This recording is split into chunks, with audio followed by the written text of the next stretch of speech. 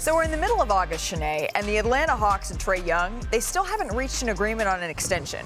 Remember, he's been eligible since July for a 4-year, $229 million deal. Our Shams Charania has reported that the Hawks, they wanted to maintain flexibility, seeing what this team is before making those commitments to Trae. But it feels like we kind of know what this team is now. Yeah, we do. We also know who Trae Young is, right? Trae has consistently increased his assist totals each season of his career, and he led the NBA this season with over 11 a game on the way to making his 4th All-Star appearance. He also averages over 25 points per game for his career. He's blending that deep range and the flair for the dramatic, the ice Trae, dice Trae that we all love. He's one of 2 players in NBA history with career averages of 25 points and 9 assists, joining Oscar Robertson. Legend. That feat. And even with that, postseason success, of course, has eluded Young and the Hawks largely in their time together. They did make the 2021 Eastern Conference Finals, but Atlanta has only won 2 playoff series in the 7 seasons with Young on this roster. And a lot of that is outside of Young's control, but it's something that the Hawks brass could factor in here as we say hello to Mr. Money Moves, our front office insider, Bobby Marks. Bobby, we just keep hearing about flexibility. The Hawks want flexibility. What does that mean, and why is it keeping them from signing Trae to this extension, at least so far? Well, there's a couple of things here, Malika. I think the flexibility starts with the newness of this roster. I think although it looks good on paper, we still don't know how good this Atlanta team potentially could be when you look at a new front office in Anseh Saleh, their GM, Kristaps Porzingis, Nickeil Alexander-Walker, Luke Kennard. Certainly when you integrate Trae Young into that, they also have a decision to make with Dyson Daniels, who's also rookie extension eligible. So I think if you're willing to commit long term, what does this roster exactly look like? I think you want a better feel. Remember, Trae Young is extension eligible till next June 30th, 4 for $229 million. And then, Malika, I think from Trae Young's perspective, you're looking at this Atlanta team that's projected to finish 4th per ESPN bet in the Eastern Conference. Right. And you're saying, wait a minute, I'm looking at the market.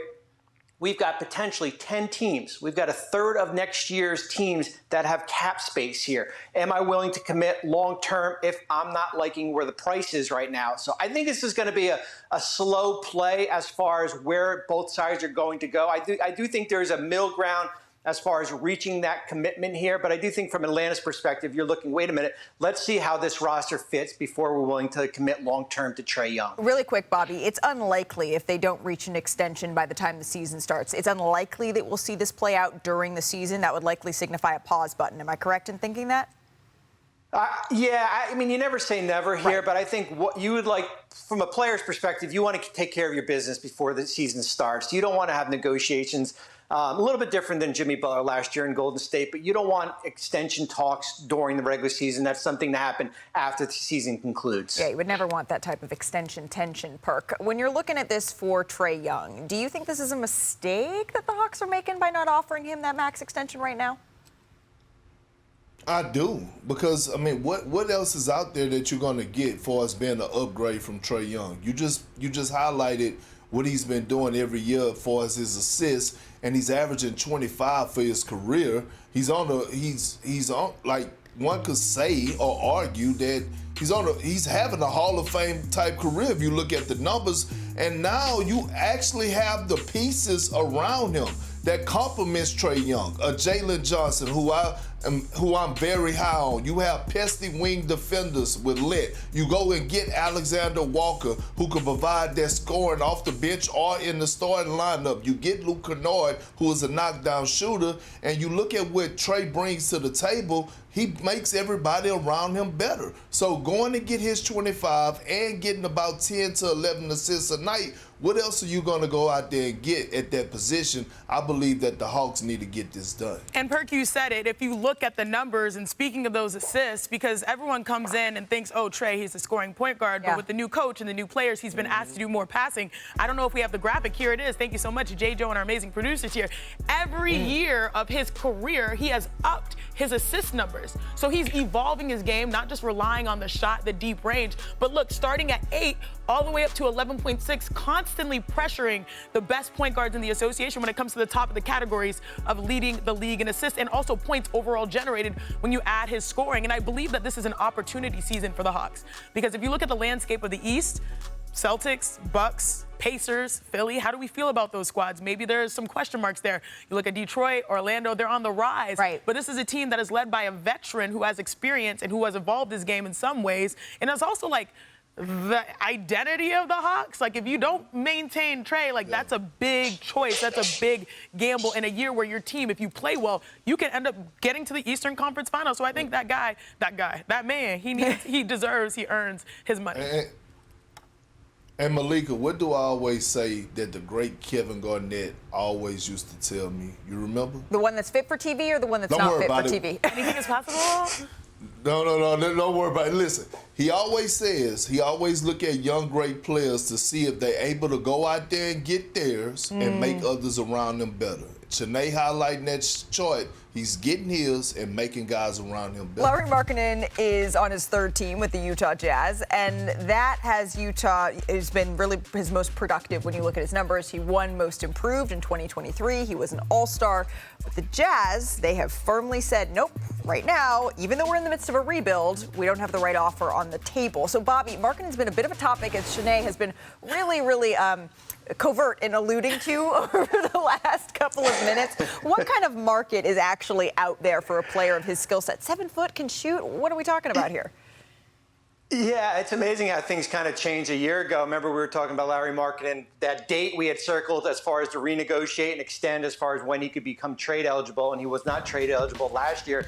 He's entering year one of this max contract right now here. I think from Utah's perspective, yes, there is a market for him.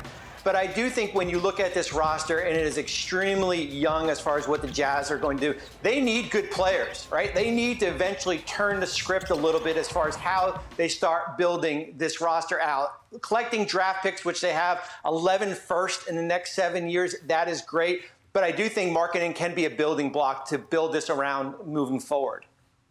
I don't disagree. He's talented, but also, like, this is a long game type of situation. We'll see how long. It's hard to keep players happy when they're in that type of circumstance year and year and year. I believe Austin Ainge is going to hold on to him like a conversation. I really do. I agree with Bobby and Chiney. But Bobby, let me ask you this.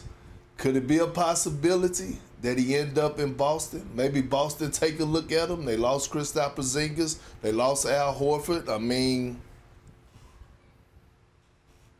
you know, Perk, Boston is interesting to me. I know we've talked a lot about how much money they've saved, over $300 million. But eventually they have to start adding pieces and look at that 2026 season. They've got that Anthony Simons expiring contract, which is roughly $27 million.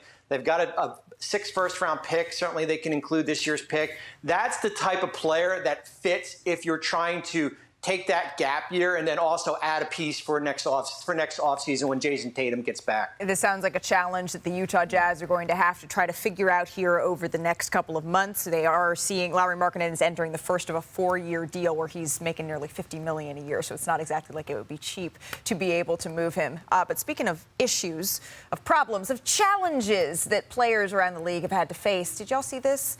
Tyrese Maxey, we're with you. And normally, Chef helps me use the can opener for my dogs. Well, tell me what I need to do. Somebody on here, help me out. Show me how to work this thing.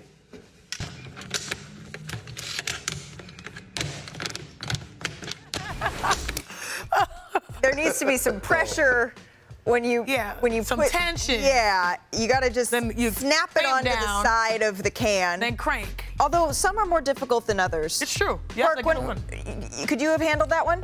Well, absolutely, but I'm just trying to figure out what kind of dog do we have, right? What happened to the dry dog food that come in the bag that you could just use scissors to cut This is open? a well-balanced meal here. I'm on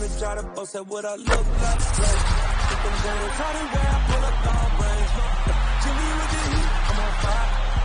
It's NBA,